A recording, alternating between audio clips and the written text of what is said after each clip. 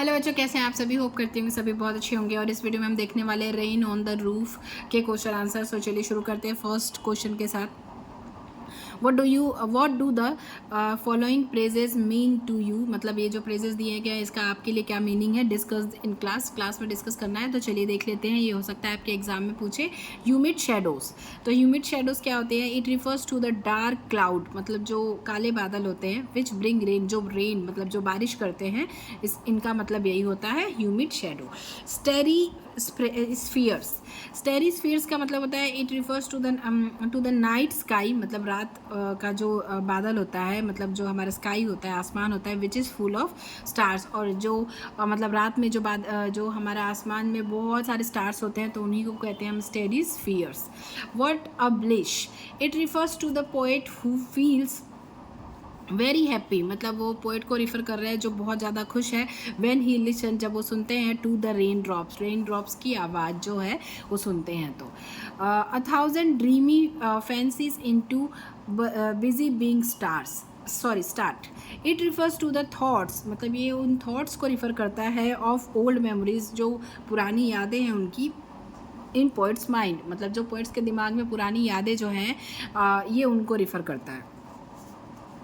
1000 recollections weave their air threads into woof।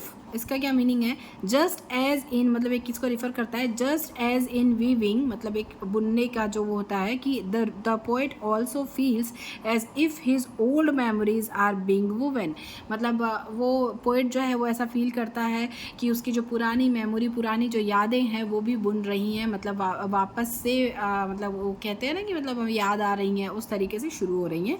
तो ये उसको रिफ़र करता है। ठीक है, नेक्स्ट देख लेते हैं। What does the poet like to do when it rains. Poet क्या करना चाहता है जब मतलब बारिश होती है। तो the poet likes to lay down, वो लेट जाना चाहता है in his bed while listening the sound of rain drops.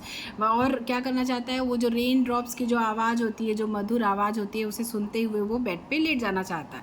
Next, what is the single major memory that comes to the poet, मतलब एक सिंगल मेजर जो बड़ी मेमोरी है उसको जो आती है पोएट को, वो क्या है। और who are the darling dreamer, मतलब कौन है darling dreamer. He refers to, जिसको वो रिफ़र करता है। The poet single major memory, मतलब जो सिंगल मेजर मेमोरी है वो क्या है। That comes to the poet is of his mother and her loving expressions. उसकी माँ जो, उनकी माँ जो आती है और उनके जो प्यारे एक्सप्रेशंस होते हैं, वो उनकी एक मतलब बहुत बड़ी अच्छी मेमोरी है। The darling dreamer are the poet and his siblings as children when their mother gently put them to sleep।